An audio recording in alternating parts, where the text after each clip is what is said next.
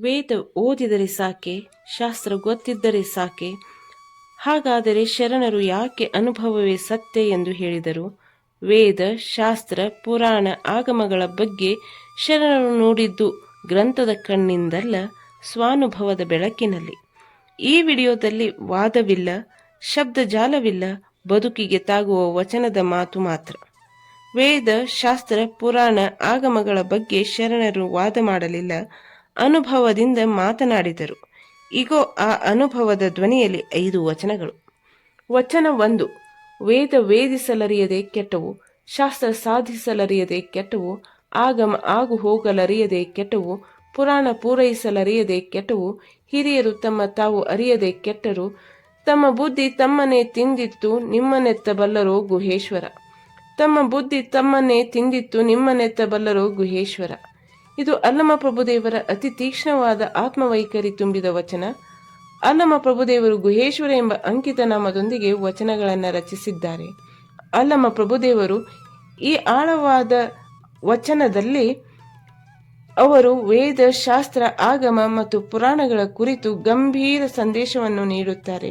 ಜ್ಞಾನವನ್ನು ಕೇವಲ ಓದುವುದರಿಂದ ಸಾಕಾಗುವುದಿಲ್ಲ, ಅನುಭವ ಮತ್ತು ಆತ್ಮಜ್ಞಾನ ಇಲ್ಲದಿದ್ದರೆ ಅದು ಅಜ್ಞಾನವಾಗುತ್ತದೆ ಎಂಬುದನ್ನು ಈ ವಚನದಲ್ಲಿ ತಿಳಿಸುತ್ತಾರೆ. ತಮ್ಮ ಬುದ್ಧಿ ತಮ್ಮನ್ನೇ ತಿಂದಿತ್ತು ಎಂಬ ಸಾಲು ಮಾನವನ ಅಹಂಕಾರ ಮತ್ತು ತರ್ಕದ ಅಪಾಯವನ್ನ ಹೆಚ್ಚಿಸುತ್ತದೆ.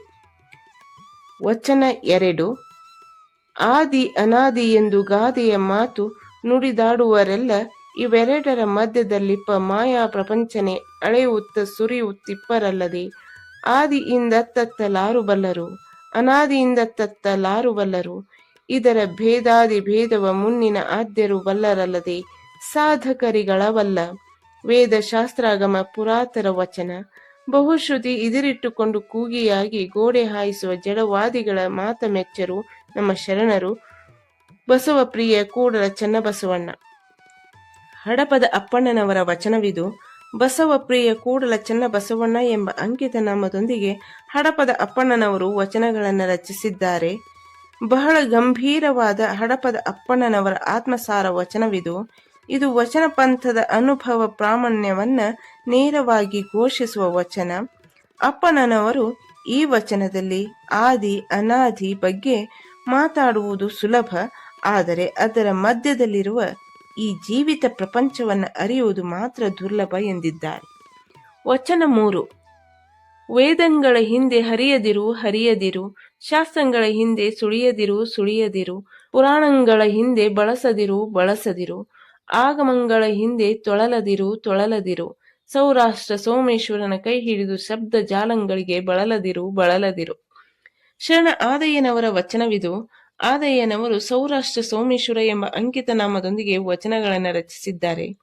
ಇದು ಆದಯ್ಯನವರ ಗಟ್ಟಿ, ಸ್ಪಷ್ಟ, ನೇರವಾದ ಆತ್ಮಜ್ಞಾನ ವಚನ. ಈ ವಚನದಲ್ಲಿ ಆದಯ್ಯನು ಹೇಳುವುದೇನೆಂದರೆ, ಸತ್ಯಾನುಭವವನ್ನ ಬಿಟ್ಟು ಪದಗಳು, ಗ್ರಂಥಗಳು, ವ್ಯಾಖ್ಯಾನಗಳ ಹಿಂದೆ ಓಡಾಡುವುದೇ ಆತ್ಮವಂಚನೆ ಎಂದಿದ್ದಾರೆ. ವಚನ 4.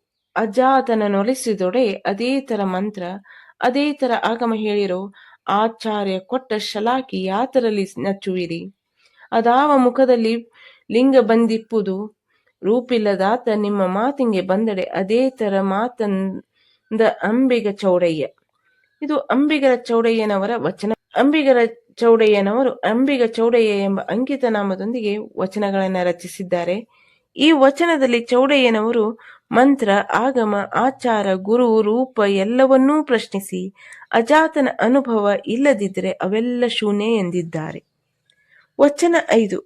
ವೇದಕ್ಕೆ ಓರೆಯ ಕಟ್ಟುವೆ, ಶಾಸ್ತ್ರಕ್ಕೆ ನಿಗಳವ ನಿಕ್ಕುವೆ, ತರ್ಕದ ಬೆನ್ನ ಬಾರನೆತ್ತುವೆ, ಆಗಮದ ಮೂಗ ಕೊಯ್ಯುವೆ ನೋಡಯ್ಯ.